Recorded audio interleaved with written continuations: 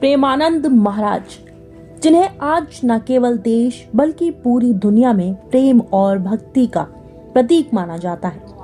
लेकिन इस महान संत की कहानी उत्तर प्रदेश के कानपुर जिले के एक छोटे से गांव से शुरू होती है। यहीं 30 मार्च 1969 को एक ब्राह्मण परिवार में अनिरुद्ध कुमार पांडे का जन्म हुआ। उनके पिता शंभू पांडे एक छोटी किराने की दुकान चलाते थे और माता रमा देवी धार्मिक व संस्कारी स्वभाव की महिला थीं। घर का वातावरण हमेशा भक्ति से भरा रहता था।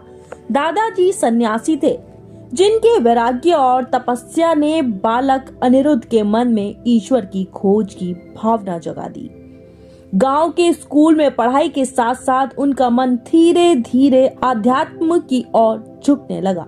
जहां दूसरे बच्चे खेल कूद में लगे रहते थे, वहीं अनिरुद्ध को गीता, भागवत और रामचरितमानस में अद्भुत शांति मिलती थी। कम उम्र में ही वे ध्यान, जप और गंगा स्नान में घंटों लीन रहने लगे। उनके मन में बार बार एक ही प्रश्न उठता था, ये संसार नश्वर है तो फिर सत्य क्या है? इसी प्रश्न ने उन्हें वह निर्णय लेने पर मजबूर किया जो बहुत कम लोग कर पाते हैं।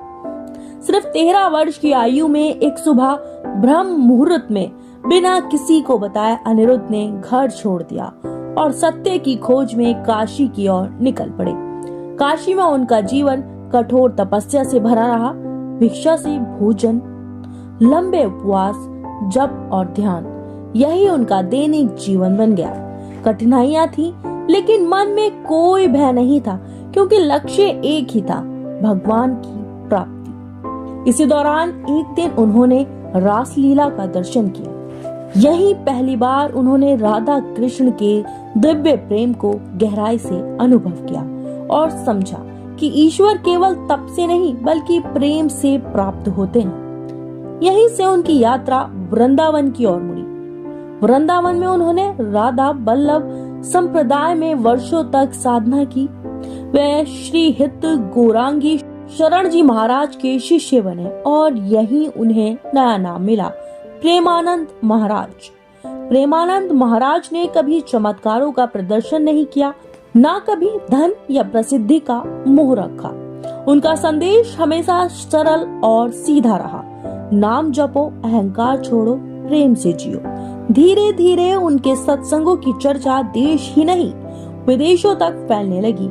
हजारों लोग उनकी वाणी से प्रेरणा लेने लगे। लेकिन उनका जीवन सदा सादगी और सेवा से भरा रहा। जीवन के अंतिम वर्षों में उन्हें गंभीर स्वास्थ्य समस्याओं का सामना करना पड़ा।